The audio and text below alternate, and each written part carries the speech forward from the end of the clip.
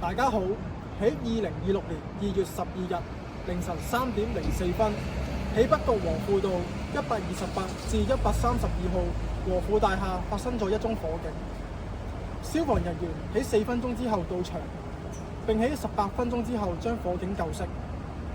消防處一共動用咗10架消防及救護車輛、48名消防及救護人員，以及一隊煙霧隊進行灌救。喺呢件事件上邊，有1名市民傷者被救出，並經救護車送院治理。另外55名市民自行疏散，火警成因有待調查。為加強消防安全並減少因為火警發生而造成嘅人命傷亡，消防處一直鼓勵市民購買及安裝獨立火警偵測器。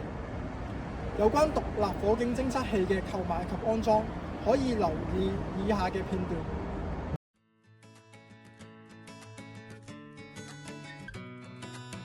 自己的事自己做，自己買自己裝。喂，仁哥，安裝獨立火警偵測器唔係咁容易㗎，使唔使幫手啊？真係咁容易啊，成師傅，等我嚟啦！